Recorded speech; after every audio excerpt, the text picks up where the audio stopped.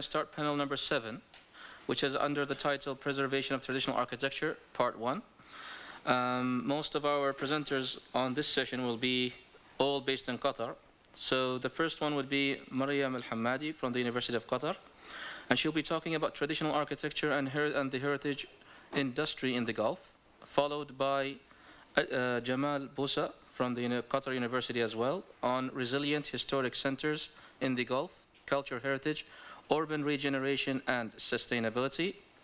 And that would be followed by Raffaello Furlan, also from the Qatar University, on the Souq Waqif heritage site in Doha, spatial form and livability. And finally, by Ali Alraouf from Urban Planning Authority, and he'll be talking about Gulf architectural heritage from documentation to rehabilitation, contesting the fake and the authentic.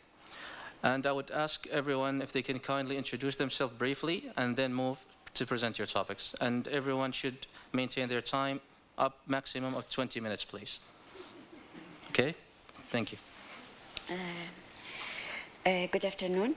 My name is Mariam Al-Hamadi. I'm from Qatar University, from a humanity department. Actually, my specialty is museums and culture studies. I'm not an architect. However, I look at traditional architecture from preservation and conservation perspective.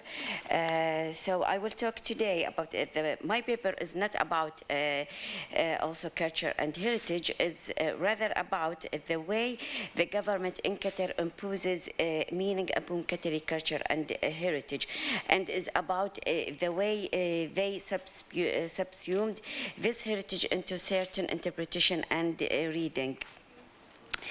We can notice that from the beginning of 1970s to the middle of mid of 1990s, exactly during the reign of Sheikh Khalifa bin Hamad Al Thani, traditional Qatari architecture had been subject to compulsory demolition in order to build new cities and sites. There were a very small number of sites and traditional architecture. They were preserved into museums. And this wasn't the case only in Qatar, actually. This was the case in most of Arabian Gulf countries, because during that time, Arabian Gulf countries in general, they were under development and urbanization plans. In 1980s and early 1990s, for example, many aspects of Qatar's organic past has been destroyed. The Qatari experience prior to 1995 witnessed a move towards a concept of itself that was dominated by the new. As I said, this wasn't only the case in Qatar, but it was also a similar case running on in the Arabian Gulf.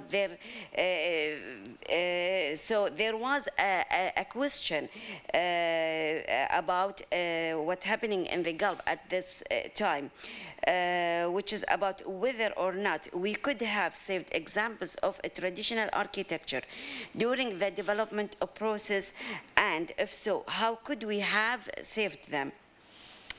Unfortunately, these low-adab buildings, which occupied a great area of land, sometimes in the center of cities,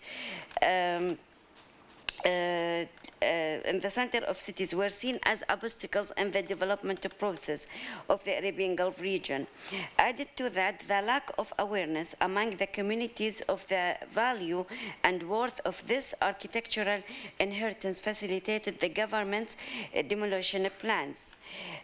Whole towns and cities were abandoned, with many treasures of traditional architecture demolished. These buildings were replaced with new buildings, such as in the figures here, during the 1980s until the beginning of 1990s.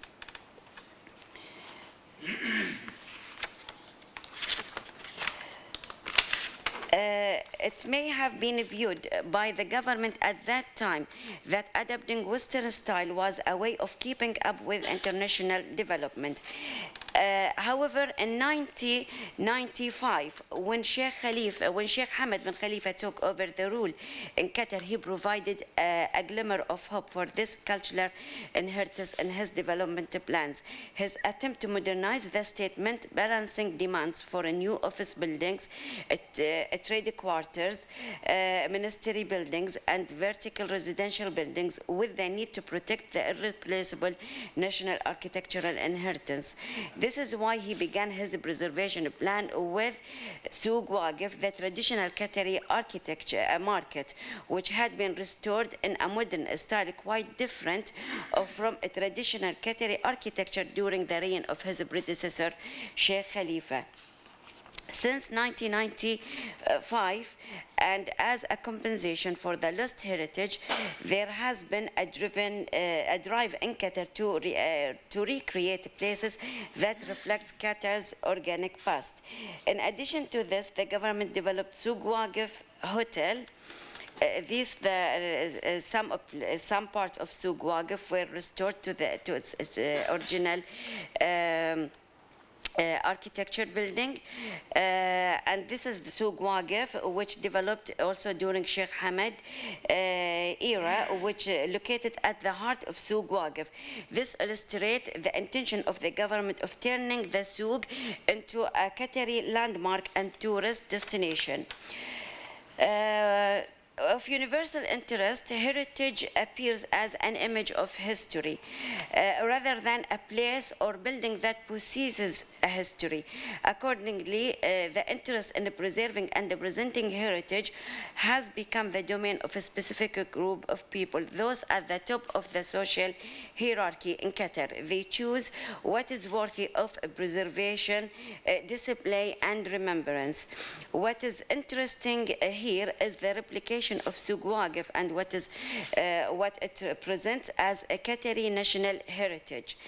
A strong economy in Qatar at that time has allowed the government to blend direct and indirect policies in the replication of a site in which they could engineer a state of mind to modify public attitudes toward national culture. The government is framed as a responsible protector of national heritage, while simultaneously it takes control of an important part of population's history and memory that in its turn preserves the idea of a pure national identity. Replicating the Souq in its original form, it creates an attractive destination for foreign tourists, where they can appreciate and experience original Qatari heritage as it was assumed. The Souq is the government's creation of a gigantic simulacrum, which is supposed to provide a tourist with a sense of reality of Qatar in the past. The boom in construction has provoked the need for Qatari people to find an icon where they can demonstrate the strength of the country's identity and show that their heritage has not been undermined during this development process. Therefore, the nation can look onward for a strength through its own identity. There is no doubt that traditional architecture can provide a sample of a sense of Qatari heritage, particularly at a time when many designer skyscrapers are spreading along Doha Corniche. It acts to present the leaders' attempts to blend the past with the present, to create a space for history in everyday contemporary life.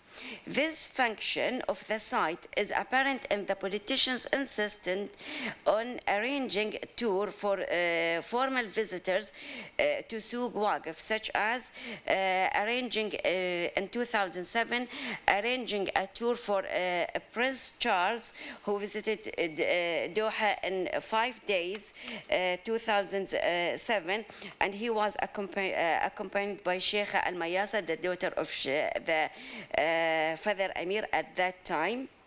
The prince rested at the traditional Qatari cafe with its traditional furniture and experienced the traditional tea and food at Souq Waqif.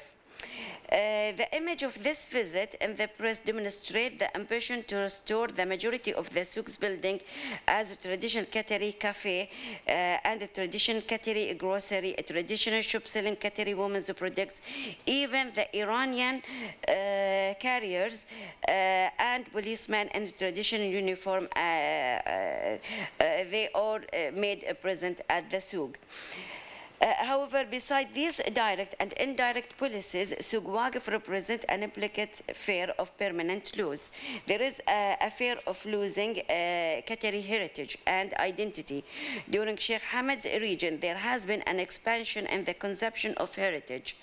The great number of immigrants in Qatar in relation to the population of indigenous people has without doubt increased the tendency for nostalgia. In Qatar, the revolution started with a change in the demographic structure. The population in Qatar has grown sharply. This occurred when the government allowed the investment of foreign capital and encouraged immigration. Nonetheless, the development of a traditional Qatari architecture in both Souq Waqif Doha and Souq Waqif Al-Wakra later on as a cultural heritage tool is aimed at presenting a history for Qatar as it continues to operate despite demographic differences by promoting the hegemony of identity. The social revolution has led to evolution with all its consequences for heritage and culture. We are dealing here with a relationship between heritage and identity, a strategy that the political leaders use to provide a sense of a meaning when accommodating a Qatari heritage within the market context in Souq Waqif with its traditional architecture. The successful experience of preserving a sense of Qatari traditional architecture in Souq Waqif Doha projects encouraged the father Amir Sheikh Hamad to commission another scheme to restore a part of the old coastal city Al-Wakra, where another traditional architecture building was developed to eventually provide another traditional tourist site for Qatar. To conclude this paper, we can say that Qatari government formed plans which are attempting to link the culture and economic sector through the presentation of a traditional Qatari architecture.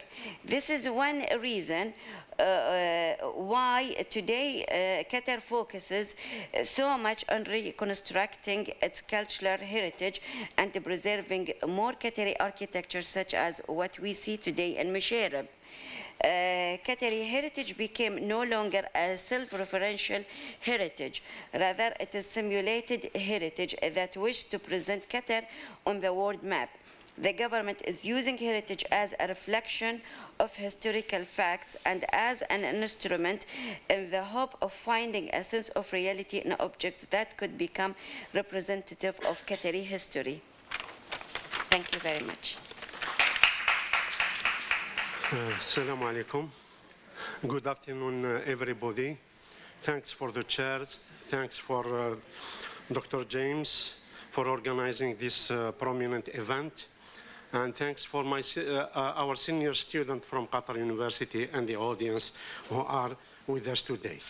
Just a brief presentation. My name is Djamel Boussaa. I am an assistant professor at Qatar University. I did my PhD with a prominent professor. He's with us today, Professor Showman. He was an inspiration for me to direct my research during the last 20 years in issues related to urban heritage in the Middle East and North Africa. Thank you. Yeah. I will be talking about, I think I am going to present between two presentations, the former and the next one, which will be talking about Souq Waqif. So I will try to brief and avoid talking too much about Souq Waqif and broaden the gap and get out of Qatar and see the urban heritage in the Gulf area. I will be talking about the historic centers, their issues today, the remaining historic centers within the global world of today, As you know, the Gulf and the essence of this conference is about the Gulf has got a rich cultural heritage. I mean, in all Gulf cities, here, for example, we have the historic city of Nazwa, which has become one of the major tourist attractions in Oman. Qal'at al-Bahrain is one of the first World Heritage Sites in Bahrain in 2005. So the importance of the Gulf heritage that recently UNESCO started to inscribe a number of sites on her on the World Heritage list. This is the Zubara site, which is on the north of Qatar, and it has been added to the World Heritage list in 2003, which is the Zubara site, including the fort of Zubara. Values of the urban heritage. I wouldn't comment to one of the most important values is the economic, and as somebody was talking today, I think Professor Nader Ardalan, about everything is becoming $1, how much is it? So economy is very important. Symbolic, it represents the cultural identity of the country, of the city, of the people living there. The political sometimes is using the cultural heritage as a symbol for national pride and so on. Scientific, it gives the possibility for people, for researchers, to know how people used to live in the past and what kind of means they have used. Historic, it relates a period of time, and aesthetic, of course, it gives, I mean, an aesthetic emotional experience for the viewer going to the city.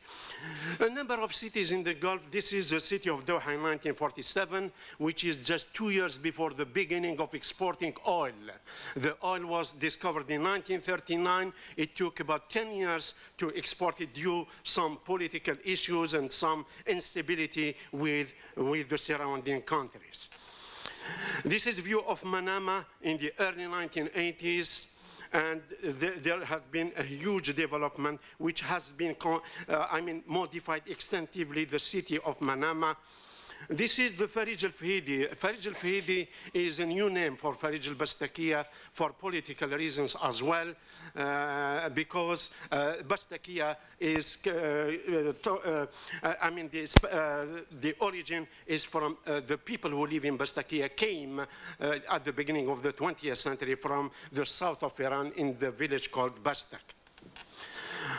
This is Al-Mareja as well. I think there is a major work which is undertaking in Al-Mareja area and the surrounding Al-Bank Street. And this is one of the unique circular wind towers in the Gulf. Most of them, they are square. And the people of Sharjah, they are very proud of this. And they all claim that nobody has got this wind tower apart from the city of Kashan in the south of Iran as well. Resilient historic centers. I mean, how these people, what are we facing now? We are facing in the Gulf that the remaining historic centers, they are, under pressure of rapid growth and rapid urbanization. And most of them, they have been replaced by high-rise buildings. And this situation, raises a number of questions. What should be the future of this historic center? Should we knock them down and that's it? Or will they be demolished to pave way for more ambitious growth? Or can they be sustained for the future generation? Will the historic city, the heart of urban life and the main protector of culture in the Gulf, survive and maintain its place in the city of today and tomorrow? This is a very important question, because what are we going to do? And I think one of the objectives of this conference is try to at least document what is left before it's too late. Impact of rapid growth. You can see here, for example, this is a Ras area in Dubai, Dira, in 1950, and what's happening today, and the major changes that happened, and the major demolition that happened. This is Al-Bastaki in 1970s, and here half of it has been demolished. And this is the impact of urban growth. This is the city of Jeddah in Saudi Arabia, and for your information, the city of Jeddah, or Al-Balad, is the first historic city in the Gulf. It has been inscribed to the UNESCO in 2014. The impact of the surrounding and strengthening and enclosing the remaining historic centers between high-rise buildings around. This is Farij Al Ghanem in Doha, Qatar. This is the surrounding high-rise building in Mreja area in Sharjah, and the knocking down of the Barjil or the Wind Tower houses in Dubai and replacing that by high-rise building. This is the first high-rise building that was built in 1979 in Dubai, while out of 3,000 historic buildings, 10% only are remaining. This is one of the major Shindara areas in Dubai, which has been completely demolished for 1990, during the 1990s to develop the area with high-rise buildings. And thank God for the visit of Prince Charles, who advised them not to go for that one, but instead it was too late, so they had to reconstruct a new historic area in Shandar. This is one of the major issues of the remaining historic district, and they are becoming a shelter, a refuge for the low-income people. And this is in Harag in Bahrain, a number of historic buildings, like it's happening in different parts of the Gulf. They are becoming shelter because these houses, they are mainly in the city center, near the city. They are approximate. They don't need a car. They don't need a taxi. They can walk around, and at the same time, sometimes they are living it without paying any money, and sometimes they pay just very little. And sometimes one room is occupied by 100 workers. This is Farij Al-Asmakh in the same issue in here, Qatar. Al-Asmakh, the name of Al-Asmakh is related to this house, which is Al-Asmakh family house, the first house built in an Asmakh area, but unfortunately this house was partially destroyed in 2013 because of a lack of collaboration and lack of collaboration between different stakeholders in the city of Doha. And the Farij Al-Asmakh is becoming as well a refuge for low-income people. But since September 2014, the private engineering office has freed all these houses from these occupants, and they started to do a major restoration work. This is just some pictures to show you the level and the dilapidation of this historic area, which led to the demolition of many houses and many, witnesses of the past. This is one of the houses that Dr. Fodil mentioned about the student who did some work. This is Beit Zaman in Farij Al Ghanem, which was completely, about to be demolished. And thank God it has been, at the last minute, restored due to some recommendation following that research. This is another area as well. Sometimes the remnants or what was demolished in the historic areas is becoming an informal parking in the heart of the city. And here it is the remaining, the only Barjil Tower house that is survived in the city of Doha. And this is a picture of this house. And this house used to house, the GCC countries folklore center till 2005 when it stopped its activities. During the 70s and the 1980s, due to this dilapidation, there was a beginning of selective conservation, of a number of historic monuments. And this is one of the first historic monuments that has been, restored in 1972 to 1975. It is the old palace, which is becoming part of the new National Museum, which was designed by the French architect Jean Nouvel. This is the Wind Tower house that I said. One of the major things that happened in Qatar was the institutions for the first time of a law protecting the cultural heritage in May 1980. And following that, this is one of the first house that has been, the second house that has been restored after the first one of the museum. During the same area, in the Gulf area, there was a direction towards selective conservation and selective restoration. And this is another example in Dubai. This is the Beit Sheikh Saeed Al Maktoum, which was, restored during 1984-1986. In Saudi Arabia, in Jeddah, the first restored house was a Nasif house in 1987, and then they started to broaden the scope, and this is one of the rehabilitated, Souq, like Souq Waqif in Qatar, but this is Souq Al-Arsa in Marija area in Sharjah.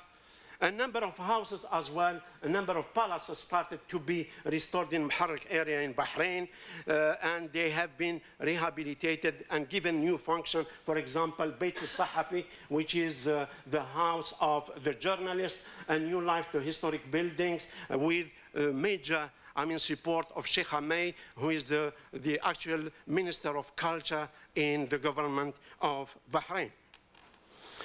Beit Sheikh Isa, this is as well in Muharraq.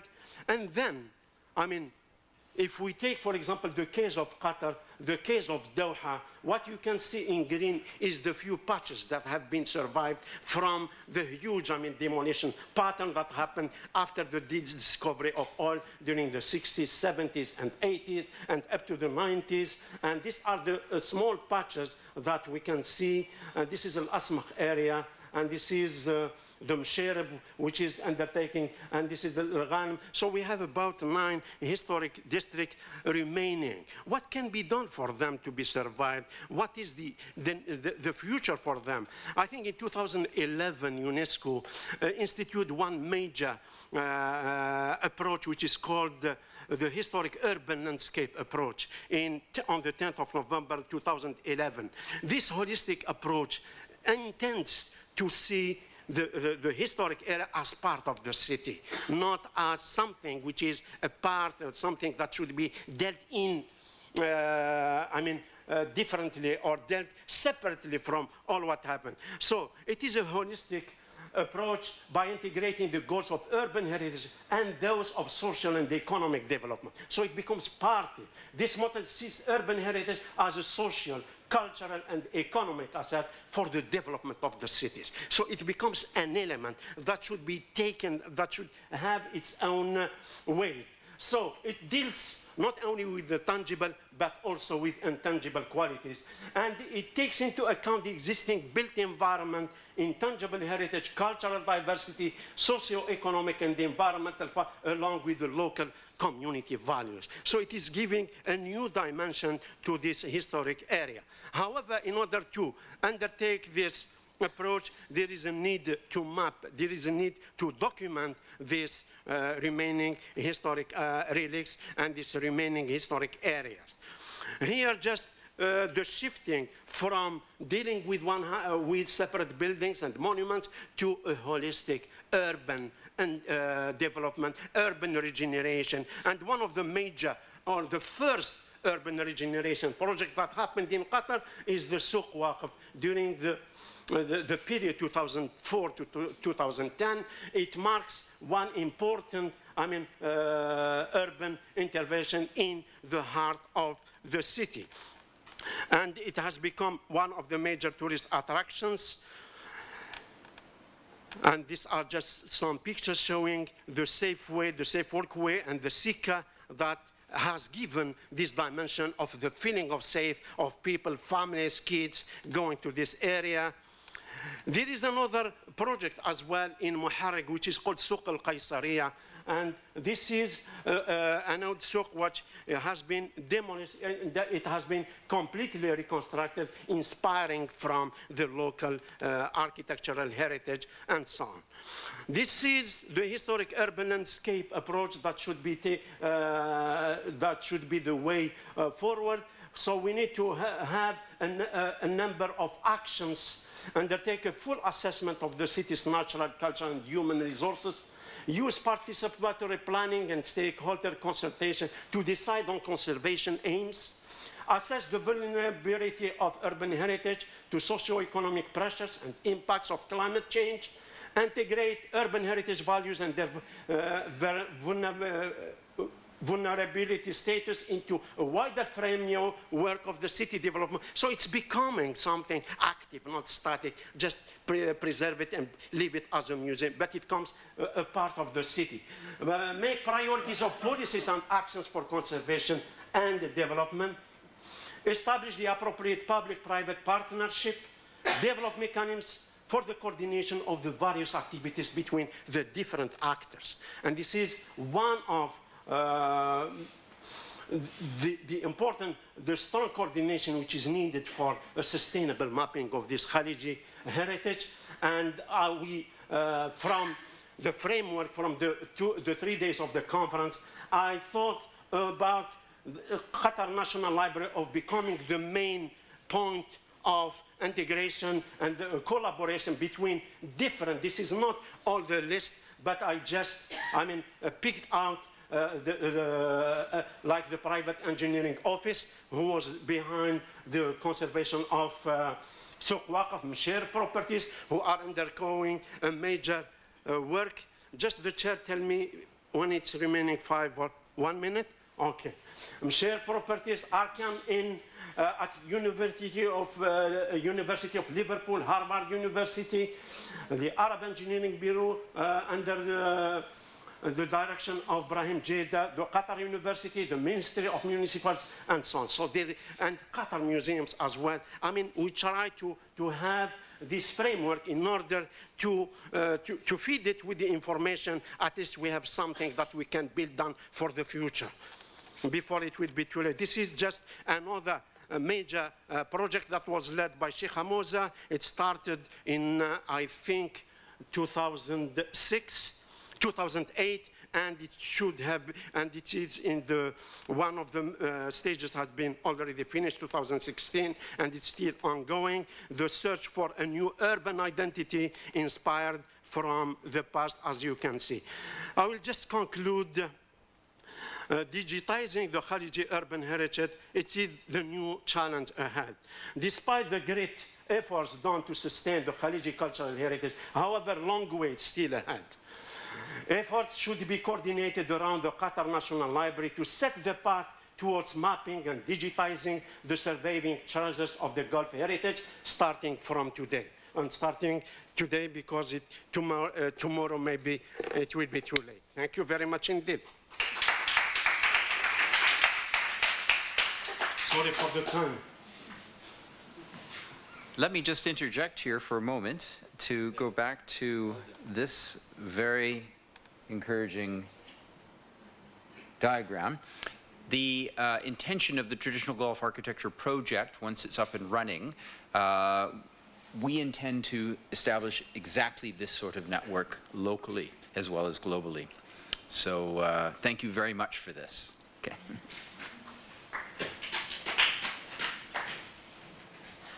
Good afternoon. My name is Raffaello.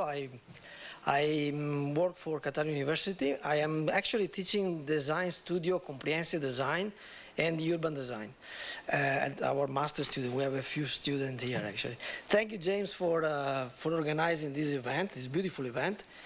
Thank you for inviting me and giving me the chance to present our research project, because this research project was developed actually with our student at Qatar University.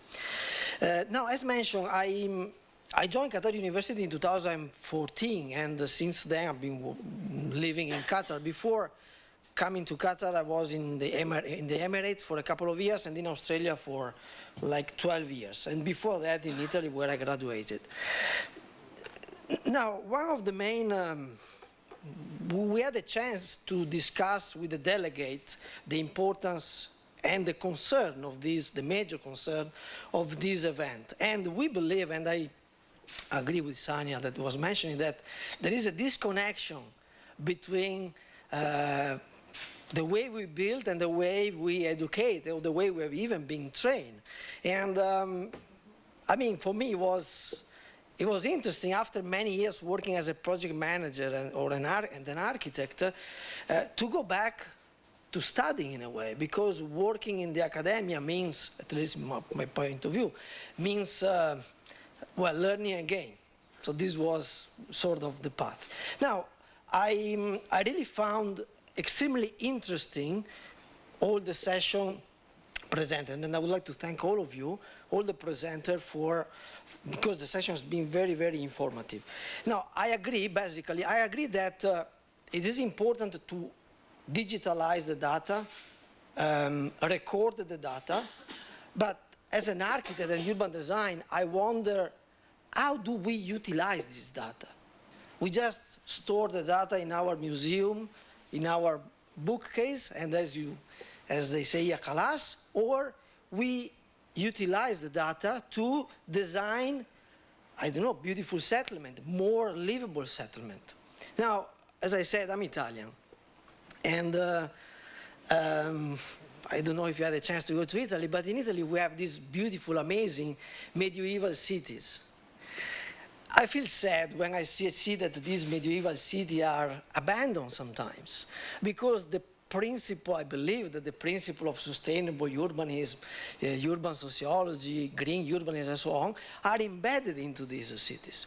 I feel even sadder when I see that new settlements are not even designed considering what has been designed in the past. Now, it doesn't mean that we have to copy and paste. I mean, yesterday, I was admiring listening carefully to the presentation of Ibrahim Jeddah, for example, who is, I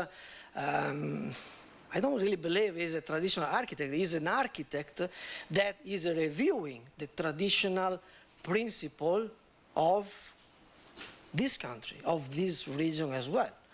So, when I was at university, when I was doing my final year, I read an interesting book, which is called L'architettura della città, the architecture of the city.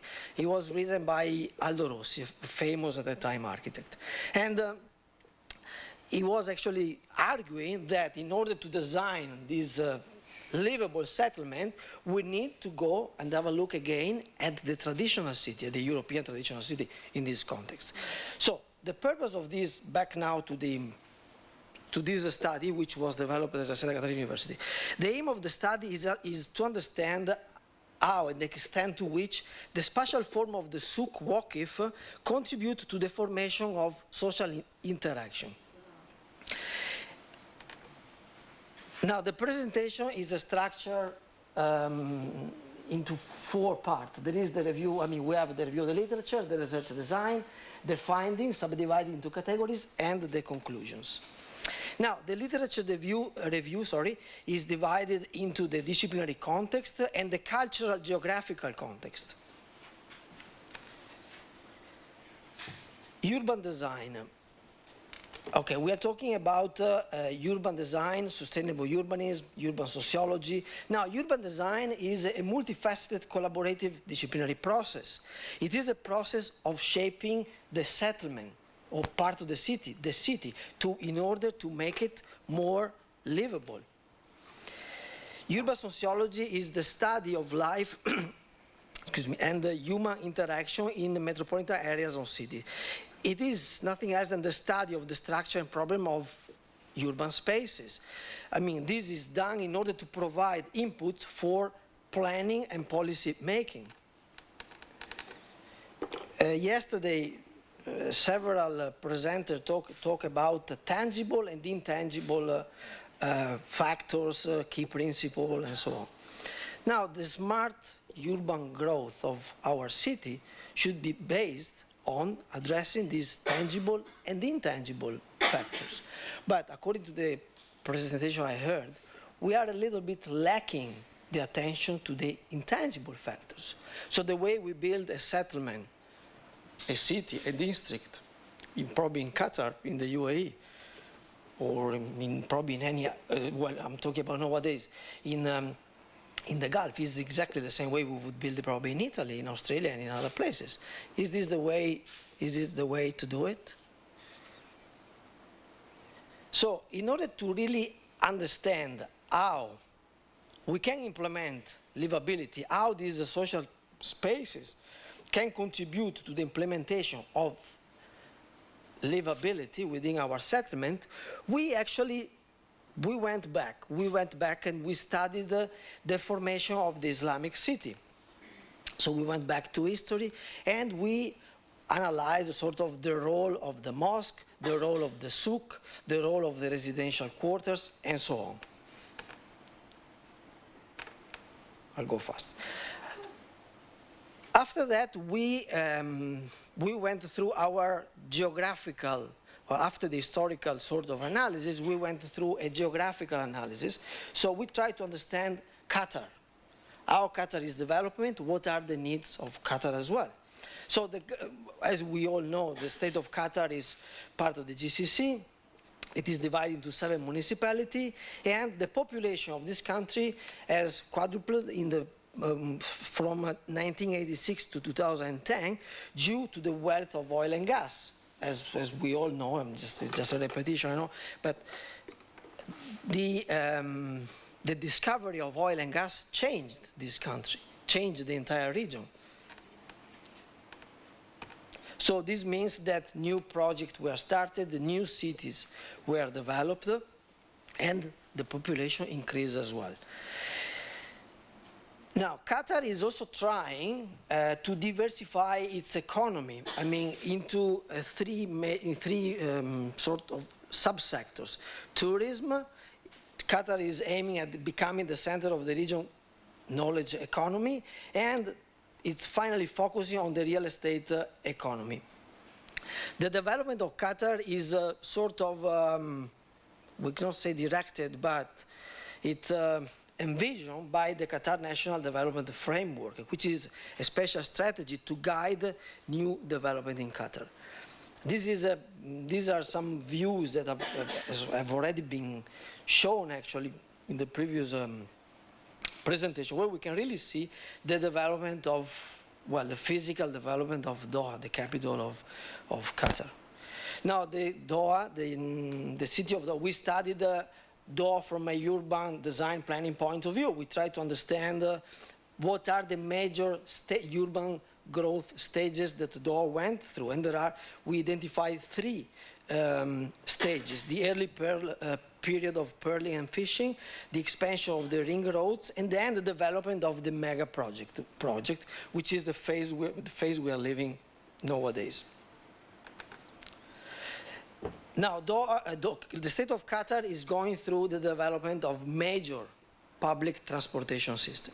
Now, my argument is that, not just my argument, the argument of probably most of us is that the development of these transportation systems will change dramatically, radically, the built environment of Doha. Because here the issue is not just building the railway.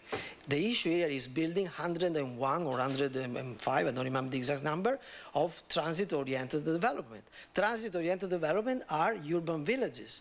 These urban villages will be, well, built, some of them from scratch, from zero. So my interest and curiosity is, and my main question is, how do we build this settlement? Do we build a settlement the way we have been doing it in the past 20 years in most of the Western countries? Or do we really address these intangible factors for the development of the city? So these are some diagrams and aerial view of the new metro, which has 4 lines. Now, from a urban design point of view, one of the most interesting features of Doha is the corniche. The corniche is the big connector, is linking the new Doha to the old one, West Bay to the Souq. The state of Qatar, like, well, the Gulf countries, I would say, are facing globalization and loss of identity as well. This definitely can be, how do I say, can be seen visibly in places like Dubai. From my point of view, the state of Qatar is still managing well. I mean, they are still investing funds. They are still trying to preserve their heritage. From my personal point of view, in a more sensitive point of view, it's a more sensitive perspective compared to the neighbor's country.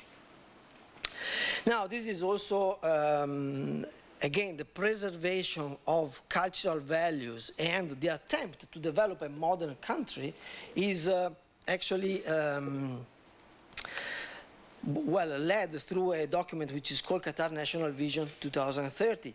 They document the strategy is based on 4 pillars: human development, social development, economic development, and environmental development.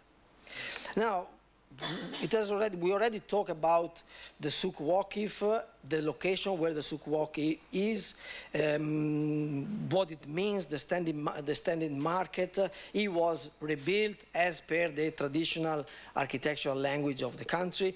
We tend to analyze a lot the architectural language of the buildings. We tend to analyze a lot the architecture of the place. But what about the spatial form of the Souq Waqif? What about the spaces? Because from my point of view, that is the real key. That is what makes the Souq Waqif rich. A beautiful place where to spend your time, to spend your evening. So,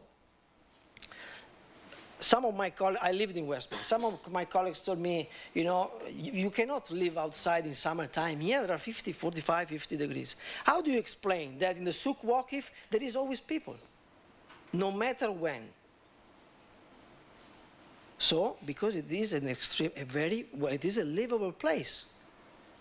So, the design. The Souq Waqif was designed by Mohammed Ali Abdullah, which we met yesterday, and he gave us a beautiful presentation as well. So it was rebuilt in a traditional way, trying to preserve the vernacular architectural form. Now, the artist interviewed local inhabitants of the area. So he talked to the stakeholders, he talked to the users, he talked to his own people. This is another important element in order to design urban villages, settlement, and so on. I'll go fast because I have only a few minutes. The research design is based on a collection of oral and visual data. The data has been categorized according to some categories, as we can see. Now, the findings. The findings have been divided into 4 categories: the square, the street, the cafe, or restaurant, and the urban furniture. Now, why the urban square, the cafe, and the street? This is a framework that, this is a framework derived from the literature that we review, Stevenson in particular way, the city. Now, the urban square, the cafe, and the street is the public realm, are the open spaces where social interaction are enhanced. So we also realized that, according to the data that we collected, most visitors highlighted that there is a lack, they believe there is a lack of urban furniture. We categorize the urban furniture and the categories which should be implemented within the Souq Waqif. So, for example, one is planting, lack of benches, some shading devices. These town squares are quite, they're not shaded, especially in summertime. So, again, urban furniture or urban features can really implement, well, the livability of the Souq Waqif, the signage and so on. Now, conclusion discussion, a urban space is successful when it contributes to the contribution of social interaction and or enhancement of livability. I am not an enemy of contemporary architecture. I love contemporary architecture. I believe that some of the most beautiful buildings, contemporary design buildings, are in Qatar, are here. Doha Tower, the Islamic Museum, the new museum, the Isozaki Convention Center in front of us here.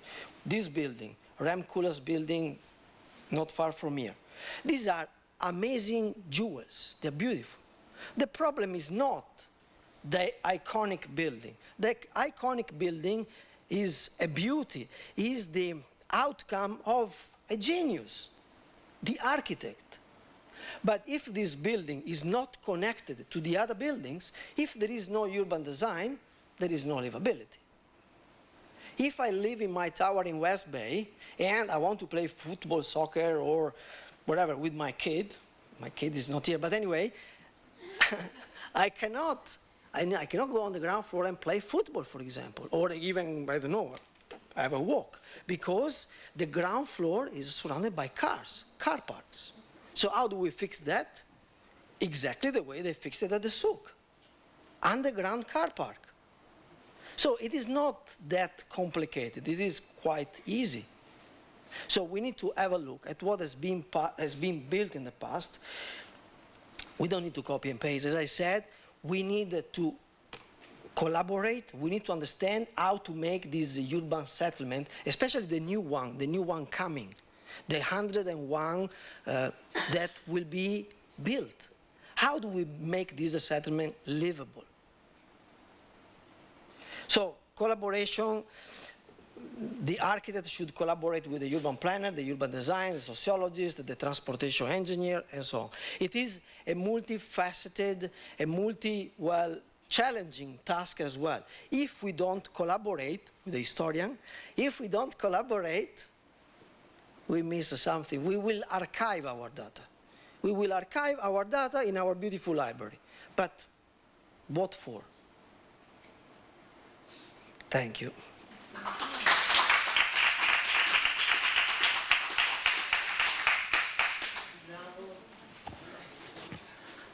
Well, good afternoon, ladies and gentlemen. I'm not that much interested in introducing myself professionally, but I want to introduce my character and my position. I am a nasty guy. I'm so interested in provoking and stimulating people. I'm not necessarily politically correct. So bear with me that I will torture you for the coming 20 minutes. This is the main title of my work, but the subtitle is by far more important: Contesting the Fake and the Authentic. I love asking a lot of questions, and therefore I will start by a question and I will end also by questions. Questions, conceptual basis, observations. I will talk about the whole notion of authenticity, examining some cases, and then I will conclude. And my fundamental question, my basic question is any of those building constructs part of Qatar's identity? Or it's only about the past? What is happening now is not included, is not contributing?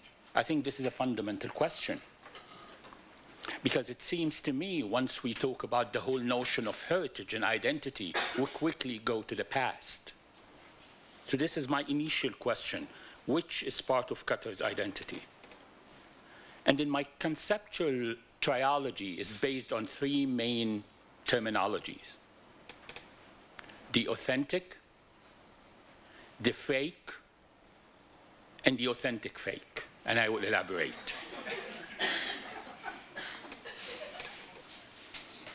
And before elaboration on the three concepts, I want to talk about this tendency towards generalization, too much generalization. We talk about the Gulf. I lived in Bahrain for 5 years, where you can go from Manama to Muharraq in 5 minutes on my bike. And people in Muharraq are talking about people in Manama as if it's a different country. Different kind of food, different kind of language, different kind of lifestyle, and so on and so forth. So how come suddenly we generalize everything? Traditional architecture in the Gulf community, right? So the issue of similarities and peculiarities versus resemblance and distinctives, it should be considered. And at the same time, what is happening now, the contemporary moment, and in my opinion, is fundamentally important. I remember that I wrote an article called Crime and Punishment, Contemporary Gulf Cities, where I was saying, well, these guys, they had a lot of money. They built skyscrapers, and we gave them a hard time. And then they start to build schools and universities, and we gave them again a hard time. And they start to build museums, and we gave them a hard time. And in all these stages, we were never able to pose and to say, so what they can do, how we can provide honest advice. It seems to me also that the whole notion of our connection to the heritage and the past went through very interesting paradigms. And I think the very basic paradigm was the paradigm of documentation. But we fall in love in this paradigm. We document, and then we document the documented, and then we archive the documented, and digitize the documented, and use 3D scanners to document in a 3D the previously documented, and then we use drones to make sure that we documented all what is documented. Beautiful paradigm. And then from that, and again, it's our responsibility, experts, architects, urban designers, people concerned about the whole notion of heritage, that we decided to have what I called it negative conservation. We preserve buildings and we close it. You cannot even touch it. You cannot even get close to it. And therefore, inevitable deterioration. And then we went to the paradigm of rehabilitation of isolated buildings. And ironically, we suggested functions in all of these examples, all over the Gulf, that have nothing to do with the local community. We have tourists, the elite, the sophisticated people going to all of these places after it has been renovated to listen to Bach or Mendelssohn, and the rest of the local community feel that what is going on here? We're not attached to it. We're not related to it. Nobody's fulfilling our dreams and aspirations. And then finally, the model of the heritage village, introducing the fake heritage. And again, we were responsible for that. Every single city in the Gulf built a heritage village. And we take kids and we take families and we have ceremonies there to celebrate the fakeness and to say that we are so proud of our heritage and we are so keen about preserving the heritage. And then we are also having what I would call it the trap of identity. How we determine which is representing our identity, which history, which chapter in our history. We stopped the project at 1940. No, we will extend it to 1960. No, we'll extend it to 1980. Those buildings, we have to preserve it because it's a representation of our heritage. But those buildings, they're not representing our heritage. How? Who is making this decision? According to what? Did we test this with the local community? Did we test that with the people that built those buildings? And ironically, what we are calling for now in terms of preservation and reservation, we are the one who made the decision for that to be destroyed, and it's happening all over the Gulf. Group of experts decided that those kind of buildings really have no value. And here, some activists, they were witnessing beautiful modern buildings like the Chamber of Commerce and Industry in Kuwait, and they destroy it because it's not a representation of a specific period of their identity.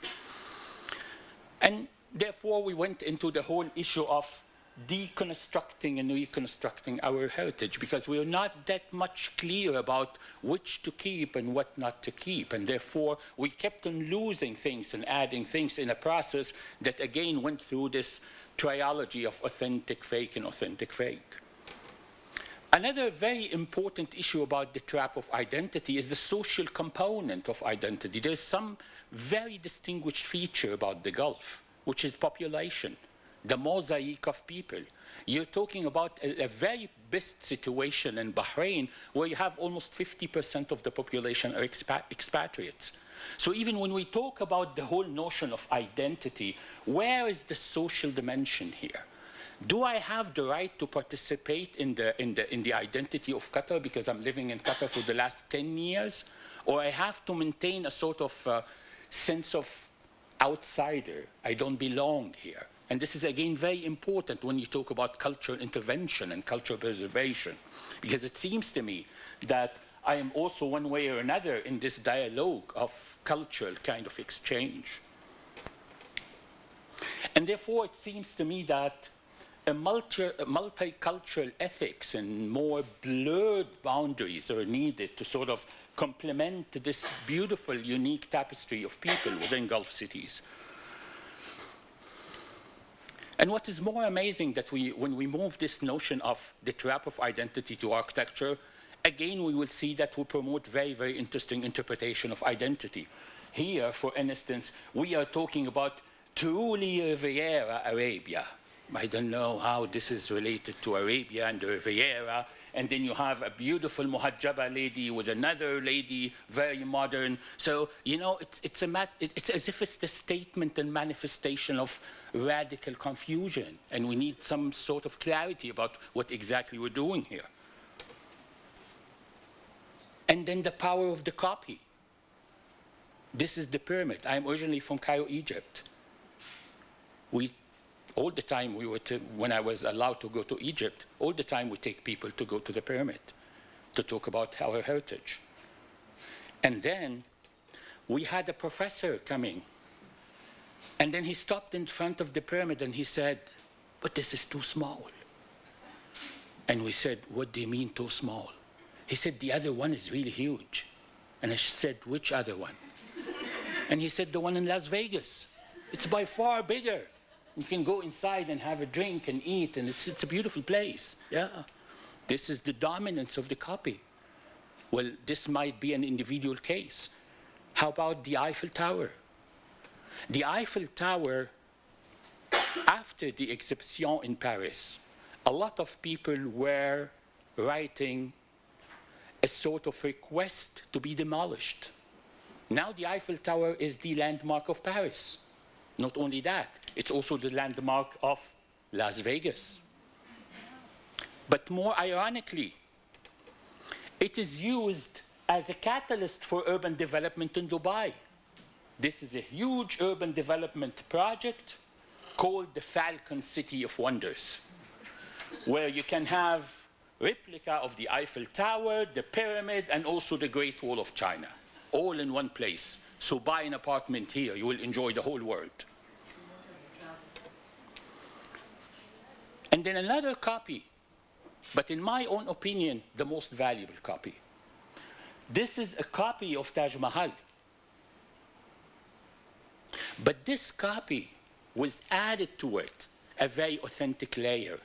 The layer of how this beautiful, wonderful old man felt that he really lost his wife. Not like the rich Maharaja that ordered to have this the original Taj Mahal, but this guy saved every single penny for a long number of years to be able to build this for her. So it's a copy, but it has this original kind of layer within it. Right? And then Dubai heard about that. So they had a Taj Mahal, Taj Arab Hotel. Let me move from this to some case studies where I can shed light on the whole notion of authentic fake and authentic fake. And I want to focus on the notion of the souks, because I think souks are very, very important spatial places, because not only of the spatial composition, but the social interaction within these kind of spaces. And also because there are spaces to learn and to understand and to be inspired. This is Madinat al-Jumeirah in Dubai. Beautiful, beautiful development, historical development along the Gulf. And they have different kind of renovated souks. Some friends, some of them actually are professors in different universities in UAE. They took me there to show me how they are preserving their heritage. And they showed me the language that it's used in the place.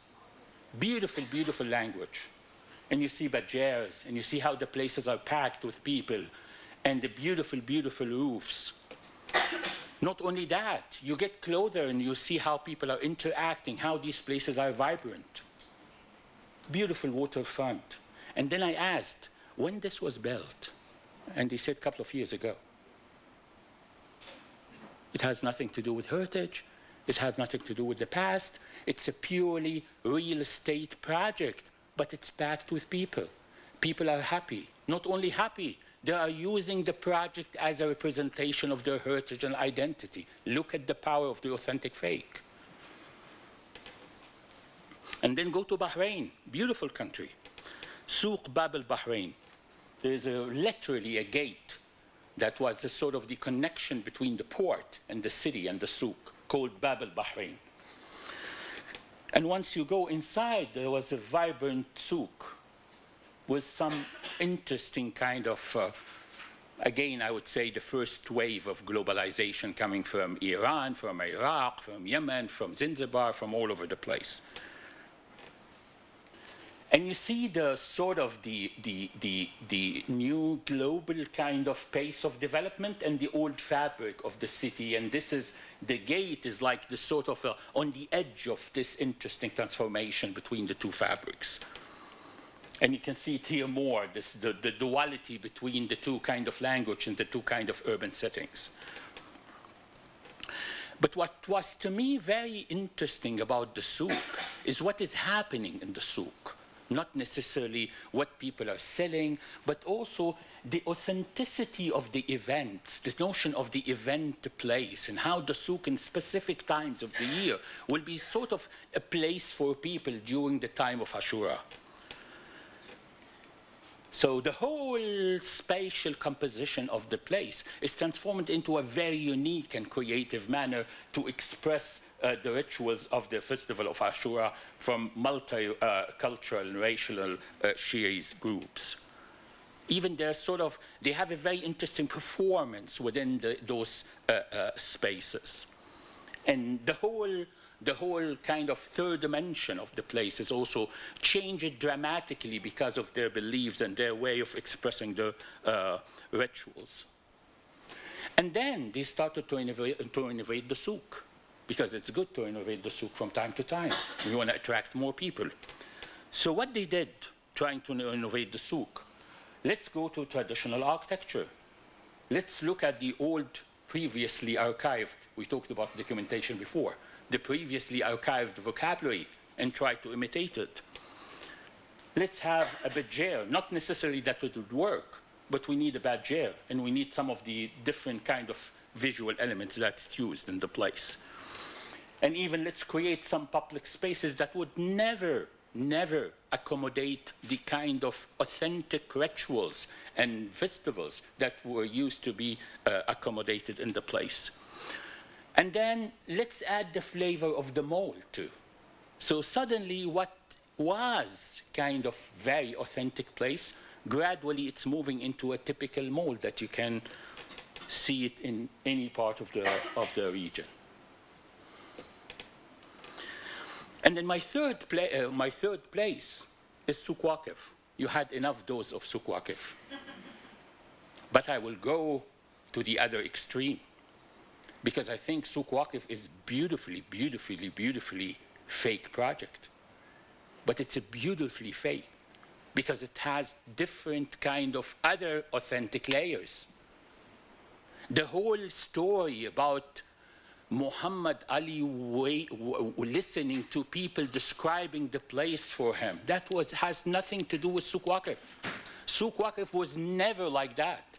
This is the authentic copy that was constructed, but it was very positive construction, and I will elaborate.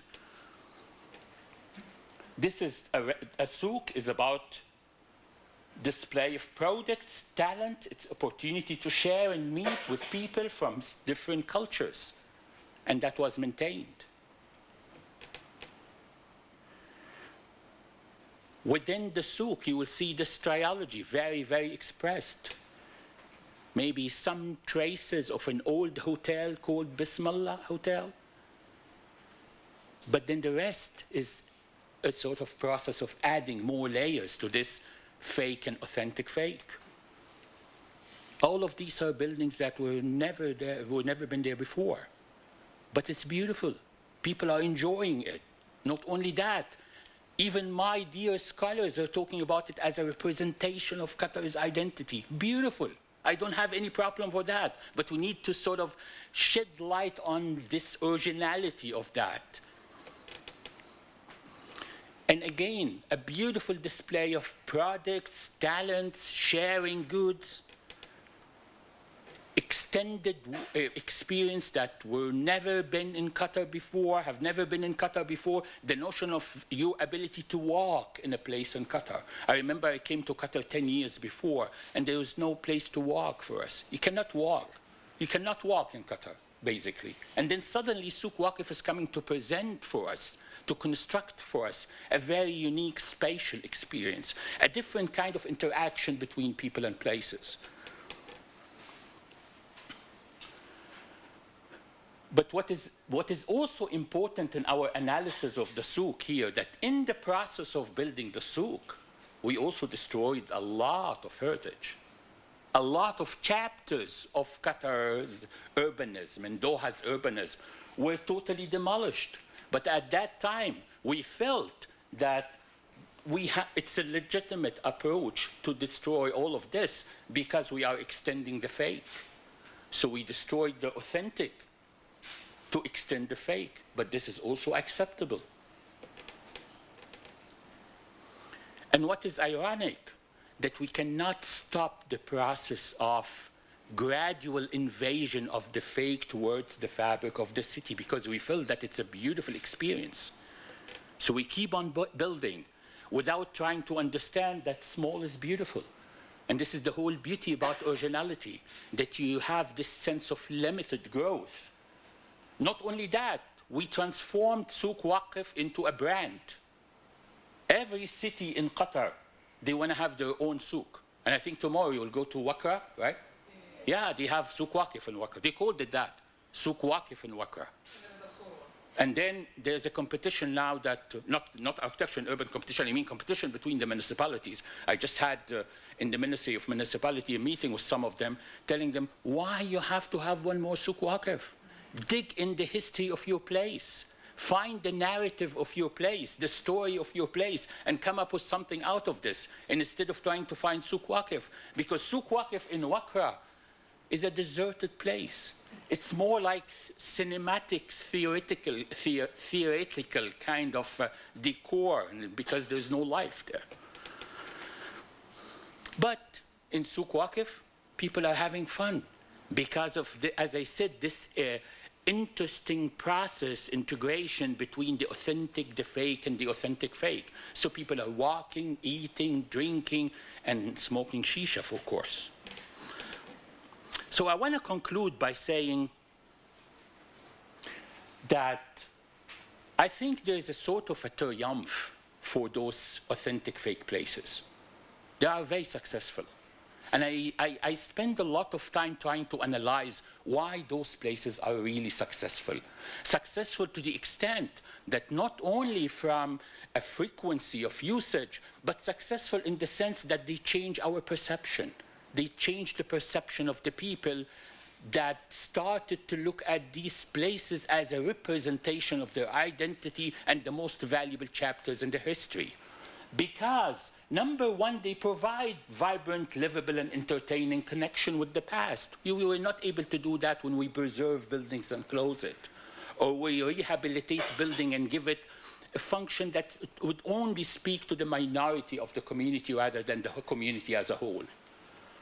It's providing new spatial experience on the level of national level and also on the level of the city, something that people have never experienced it before. The positive dialogue between the old and new, particularly when it comes to the program, the functions, the different kind of facilities that are integrated there. The cross-generational approach and the appreciation of heritage is not directed to old people, it's not directed to white people, it's not directed to children, it's directed to the whole community. You go to Souq Waqif and every single sector of the community is represented there.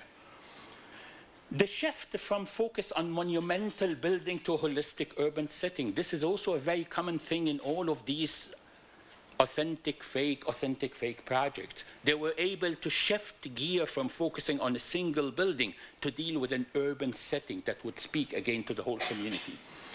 And then the behavioral sort of change that made people believe to sort of start to subscribe to a process of constructing a new identity, this notion of authenticity of something that they know that it's fakely produced. And then finally, I want to stress the fact that the notion of identity, it's not a product. We all the time talk about identity as if it's a product. I would subscribe to the interpretation that identity is a process. And every single day in the history of any city or any country or any person is adding to this multi kind of accumulated notion of identity.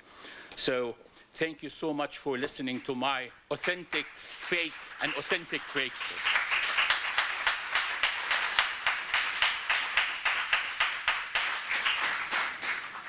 I'm sure that this session brought up a lot of questions and made us question a lot of things in relation to preservation of traditional architecture, maybe relevant to identity or authenticity, or even the way we think about the future and look back to the past. So the floor is open for questions. If anyone has any questions.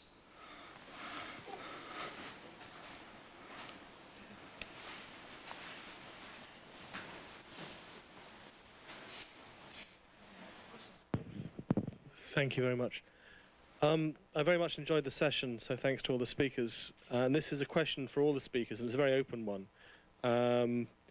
It strikes me that one of the reasons that Souq Waqif is so successful is that it's a place of interaction and encounters. It's a truly urban space, which you don't get much of in the Gulf cities these days, where people are in their cars and they're in their offices and they're in their suburbs and in their gated compounds or their villas or whatever. And it's the only place that I can think of where large numbers of people of different background do come together and mix in a way that perhaps they used to do before modern town planning and before the advent of the oil industry completely changed the nature of the Gulf towns. And it reminds me very much of the way that the Souq used to function in the pre-oil and early Gulf towns as a place of encounter and dialogue and mixture. The question I have is there any other space that you can imagine that this kind of place of interaction could be recreated or encouraged to appear in Doha or anywhere else in this region? Because I only see it in Souq Waqif, actually, which is one of the interesting things. But I'm wondering if you can see any potential to bring about this kind of urban life and urban vibrancy in any other scenario. And what are the qualities that you see in Souq Waqif which could be transposed to other venues within the town? That's basically what I'm saying. Well, it might sound, how can I say, not disturbing, but I would pick definitely West Bay. Right. If it's me. Well, I lived in West Bay, and I think it was an amazing place where to live. And I lived in Mushairi, close to the Souq, and it was another amazing place where to live. The problem with the modern contemporary development of West Bay is that there is no ground floor. The ground floor is completely utilized to park cars. So there is, even walking from the tower where I was staying, for example, to city center, it was a bit of a challenge. I mean, you need to run. You need to be not a good runner, but in some cases it can be a bit dangerous. So if we can, rethink about the ground floor plan of the entire settlement, it would be easy to make it livable and enjoy really these beautiful, beautiful, amazing towers, I believe. Sure.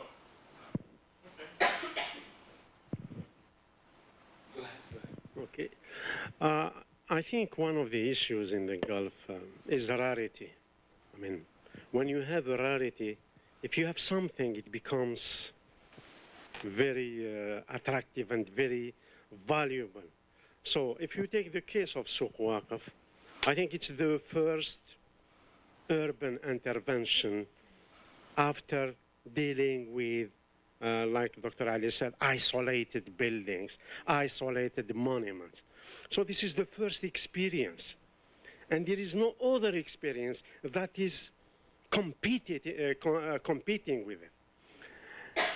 And I think one of the issues, one of the good thing of the Souq is the human dimension.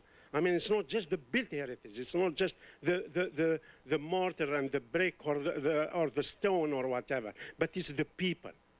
It's the melting and it's the conversion of international communities there in one space. It's the experience. This is why, like Dr. Ali was saying, that there is another Souq Waqif which is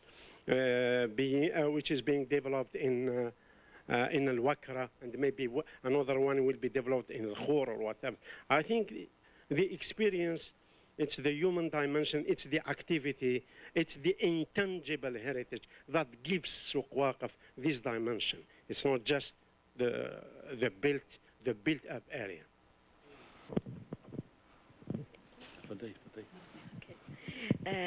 I want to add to Dr. Djamel actually about the Souq Waqif, why is so attracted, you know, people. So the Souq why is so attractive to people actually because it came during a time when Qatar was missing really having any heritage place, even if it's not, you know, authentic, as Dr. Ali said, which I agree with him about it. But the location is authentic, the rule of the Souq is authentic, but the building are actually a recreation, and it was created. But if we think about, if you visit any country in the world, first thing you would like to see actually is to visit a heritage site in this place or in this country, rather than visiting the skyscrapers or any postmodern architecture. You will choose, actually automatically will choose to go to a heritage site which can represent the heritage and the culture of this country. So I think that the Souq is very attractive because people did not have any, you know, like a heritage site. It's all a site called a heritage site before in Qatar, a part of this one. So there was how can I put it? They were thirsty to have, you know, a heritage site where can find themselves, especially with those urban development around us in Qatar. Most of heritage sites and traditional architecture were demolished, and we are living now in very, you know, modern style houses. So they were thirsty to find a place where can escape from the modern lifestyle and go back. It's like nostalgic thing, I think. Well, I would just add a remark regarding a very interesting real estate project here in Doha, and I'm not sure how many of you were able to visit the Pearl. The Pearl is very interesting because they have a beautiful, beautiful promenade where you walk and enjoy the Gulf and the boats, and a lot of restaurants and coffee places are scattered around. But you go anywhere, anytime, and you feel that it's deserted. It's not that vibrant. And then you walk only 300-400 meters to the depth of the project to a new area called Medina Central, and it's packed with people. Now, we have to question why. And I think it was because of the ability to attain the concept of to see and to be seen. And this is why I think understanding the local culture is fundamentally important. Here in Qatar, they love to do something called iftar bil-sayyara, which is to go around with your car in a distance of 200-300 meters, and you can spend 2 or 3 hours doing that because you're driving a Ferrari or Porsche, and you need the maximum number of people to see that. So suddenly, although this might sound like sarcastic, but it's creating a very interesting pattern, a very interesting event. So the street or the public place is becoming sort of a theater, and people are watching other people and talking and eating and so on and so forth.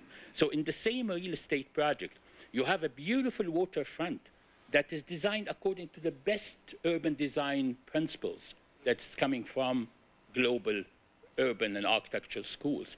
And you have another space which coincidentally is speaking to the needs and desires and actual sort of way of life of the locals. So it's a very vibrant. Snyder. Please. Thank you very much. Obviously, we have been all dealing with this paradox that you have explained and you call fake. It is fake and it is not fake. In a way, I wonder if it's because we are living in this transitional state of existence, which is an unresolved state, in which during the day, when supposedly we are awake, we reside in the modern. We reside in this building, or we reside in the office buildings that are created. It's another world. And then at night we wake up, or maybe we go to sleep. And in that state of dreaming, we go to Souq Waqif, because it's another life that we also enjoy, but we're living in a paradoxical state in which we can't integrate these two lives. I think this is going back to the business of identity. We appreciate who we have been, we think, in terms of our past. There are values in it that our fathers and forefathers and mothers shared with us, told us stories about. We lived it that way when we visited our grandmother. However, we have not developed a philosophy that takes that world into the 21st century. So we are living in a world in which we have not developed an integrated philosophy of that world of our values and the material existence that is the 21st century. Until we develop such an integration, we will exist in this virtual day-night condition which gives us no identity. I believe that today this is not an issue of just we in Doha. I believe that modern human being has no coherent worldview because we're faced with two fundamental different worldviews.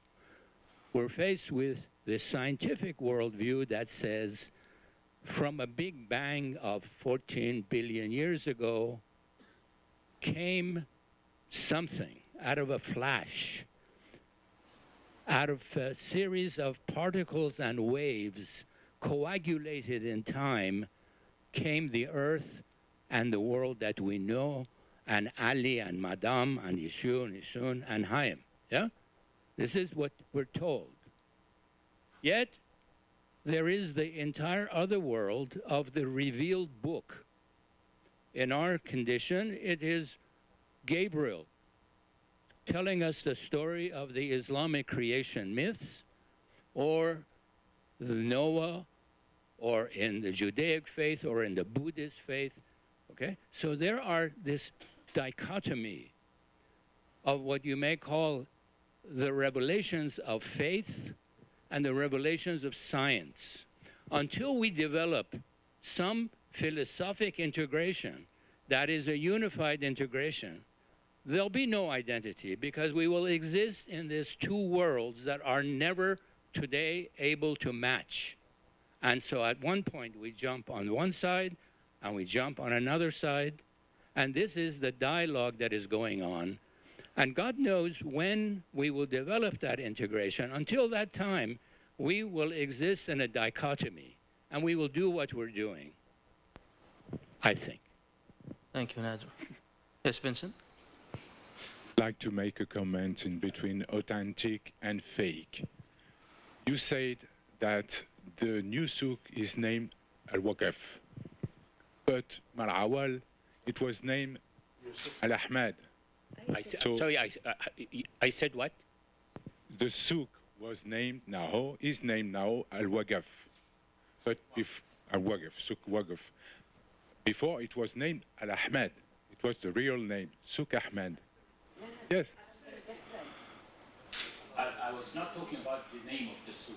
Anyway, Now I would like to it's a comment. yeah, it's a comment. I would like to say something also. Just behind the fort Al-Qut, there was a big cemetery.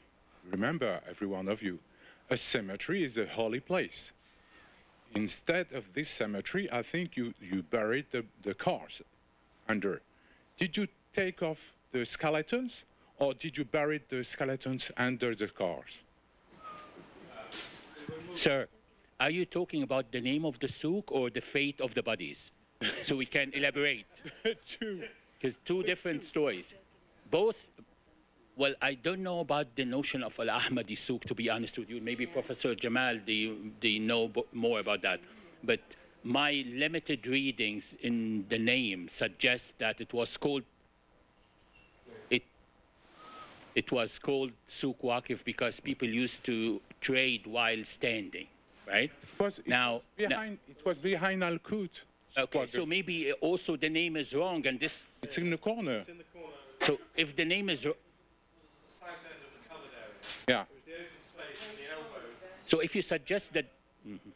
All right. So if why you did they suggest change that the name? Is wrong, this would actually add to my argument that even the name is a fake. Because it was actually But I want to go to the notion about that somewhere, right? Doesn't matter. Yeah.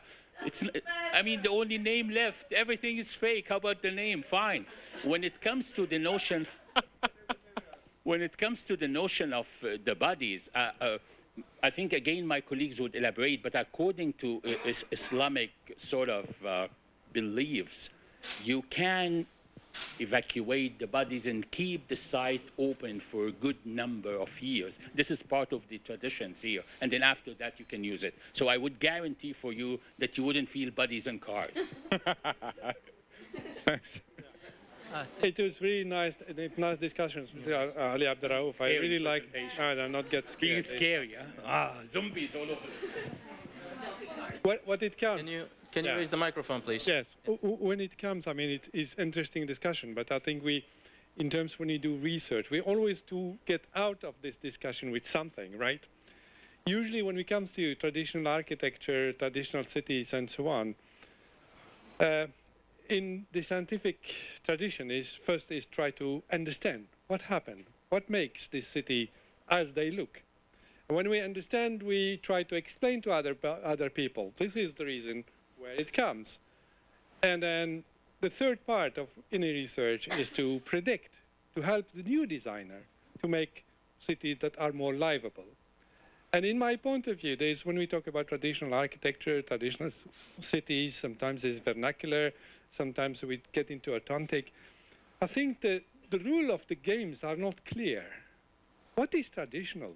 Yeah, anyway, if we look at traditional buildings, they are really buildings or cities that are raised out of many series of trials and errors. So it's an accumulated experience, and at the same time, there is always an optimization process that led to the creation of the cities. Optimization in terms of not only materials, building materials, construction, even the social context is optimized.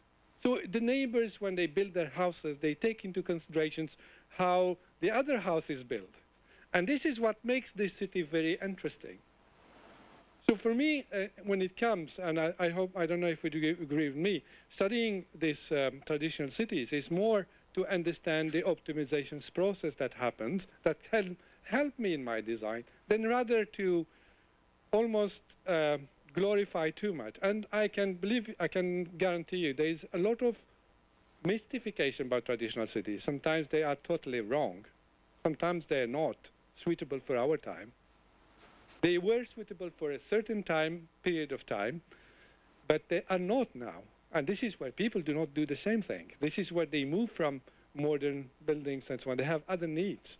So when we see traditional buildings, I would say I prefer more the word contextual. When you see contextual in its broader sense, when you say technology, what happened economically and so on, and then contextual becomes, if we say it